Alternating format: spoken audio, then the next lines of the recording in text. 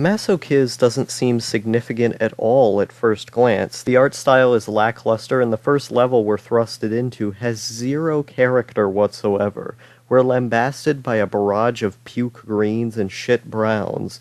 The other space is taken up by black and gray colors that seem as if they were taken off the set of The Fog. The level looks depressingly milquetoast in its presentation, and you know me, I give way too many fucks about my autistic aesthetic sensibilities. You're talking to the person who prefers degrading video quality with VHS on everything she watches because she actually gets more joy out of the experience from that. I'm an aesthetic snob and an aesthetic retard all at once, so of course I'm gonna drop O Kyzt from a 9 to a 1 in the matter of seconds, right?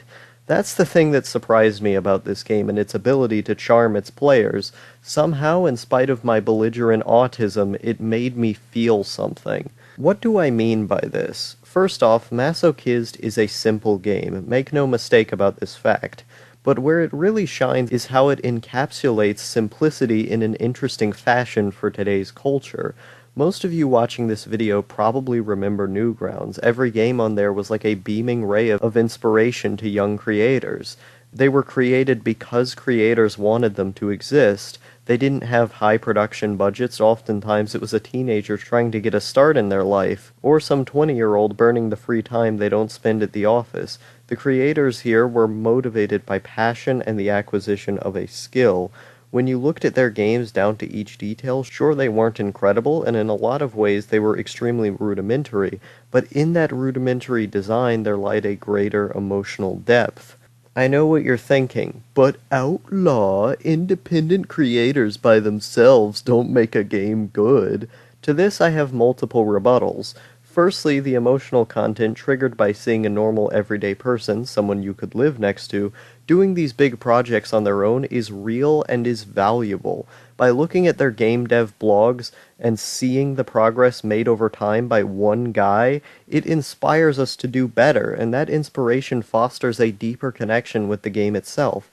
Realizing the cumbersome nature of video game production allows us to see its value as art in greater depth. Secondly, independent creators innovate. I've been making a weird emotional argument so far, and it's doubly important to realize the value of creativity. Because independent creators, like Alex Ratio, operate under a basis of self-employment, i.e. independent of a company controlling their work, it allows for weirder mechanics to get through. I don't think O Kyzt would have been made at all if not for the fact it was Alex trying to get experience making his first project. And if it were made with the help of a big company, it wouldn't have the mechanic it does. What I'm referring to is the system of powering up your enemies. What makes O Kyzt unique in the wake of its enormous simplicity is how the player interacts with the hordes of enemies that feed upon them. There are 3 power-ups to choose from: speed, strength, and tough. These all can be used strategically to win the level. Each time you finish a round within a level, you're forced to make a choice on how you want to upgrade the Kyzt. This choice will in some ways determine the outcome of the next round, and the next, and the next. There's a bit of trial and error involved if you don't think about it, but if you really think about it, it can help the outcome of the game.